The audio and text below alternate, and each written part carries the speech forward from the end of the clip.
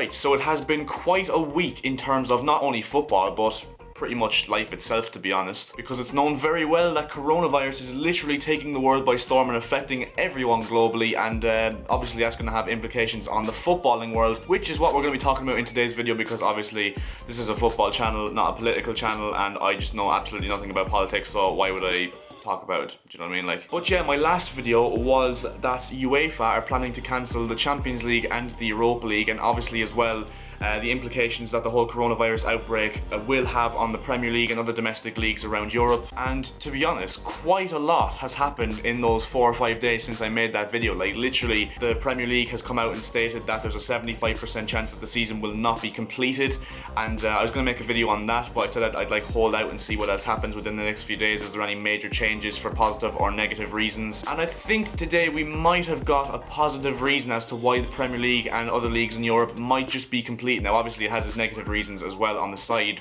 but it has literally broke about 5 minutes ago that the Euros in 2020 this summer will be rescheduled for 2021. That means that the Premier League will more than likely have 6 or 7 weeks extra to finish the season. Now obviously there is ifs and buts in this whole thing, because you know, this pandemic, we just don't know when it's going to stop. Like, it doesn't have a set date to stop. Like, we don't know what situation will be in a week, a month, 2 months, 3 months, do you know what I mean? So this really does heavily rely on whether this whole pandemic gets less serious or not. That's why I do say it is kind of a positive, because it means at least the Premier League has a bit of leeway to, you know, say we could run the season into June and July and maybe finish it like early July like the Euros was supposed to be, and then, you know, it doesn't affect next season, which would be the ideal situation, I'd say, now at this stage. But yeah, what we're going to talk about now is if the Premier League, say hypothetically the Premier League, you know, has to be cancelled, and you know, this whole pandemic continues into April and May and even June maybe, what would happen to the Premier League season? Because obviously, you know, the Champions League and the Europa League, regardless of the pandemic, are probably going to be cancelled unless everything solves unbelievably in like Spain and Italy, because they're like the most affected countries in Europe at the moment. So what happens to the Premier League? I think there is 3 options at the moment what could happen if the Premier League is cancelled. The first option has taken its first major step into actually happening, and that is the Premier League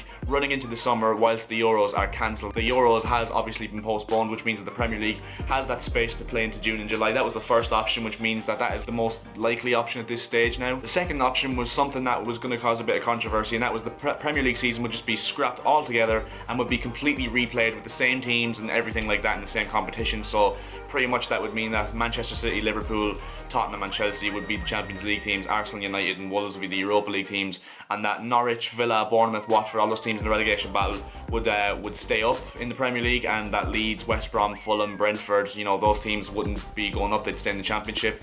And obviously it would mean Liverpool wouldn't win the Premier League, which I know you were waiting for me to take the piss out of, but in all seriousness, like, I think that would be so unfair. But if the Premier League is considered void, I don't see how Liverpool can win the league. Like, they haven't actually mathematically won it yet. I know they probably will win it, it's 90% sure that they're going to win it, but in my opinion, you can't just give them the league if they've not mathematically won it, if you know what I mean. Like, that's why I'd say that option, which is option 2, would cause the most controversy, because, you know, with the likes of Liverpool, even Leeds and West Brom, who have been fighting their whole season. Leeds have been fighting for nearly 15 years now to get into the Premier League, and for that all to just be gone out the window instantly just because of a pandemic would just be absolutely heartbreaking for their fans and their players and their staff and everyone that's involved with the club. And the third option was another one which would cause a bit of controversy, and that is that the Premier League stays the same, we get 20 teams, but Leeds and West Brom both get promoted, and we have a 22-team Premier League for the 2020-21 season, which means that 5 teams will get relegated next year and 1 would be promoted. West Brom and Leeds are 6 and 7 points clear, I think, of third placed Fulham,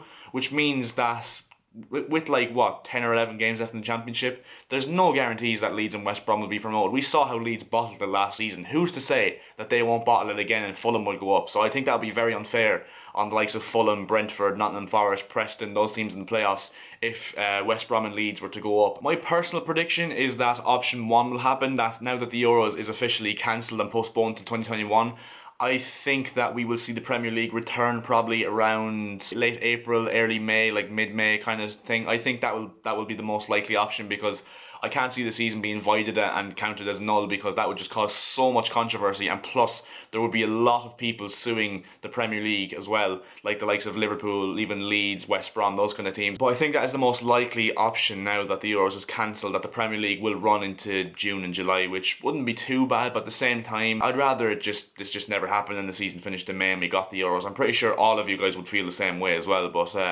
yeah, the way it's turned out, unfortunately, that's not possible. But yeah, I'm actually very intrigued to see what happens now over the next month or two with coronavirus, and also the implications it has on the Premier League and on overall football as we know it, because yeah, it's a very interesting time right now. It's unprecedented times. I mean, this whole thing has just escalated. It's gone from 0 to 100 really fast. And yeah, I think that's where I will leave this video now. I'm going to be trying to make a bit more videos over the next 2 to 3 weeks, since, you know, we're not allowed to really go outside. We're not encouraged to go outside, so I have not much really to do other than maybe make videos. But if you could leave some ideas for videos you'd like to see me do in the comment section below, because yeah, I kind of want to know what you guys want me to do, because there's no football, so I can't react to stuff and all that sort of, you know what I mean. Like, yeah, I'll see you guys in my next video. So yeah, see ya.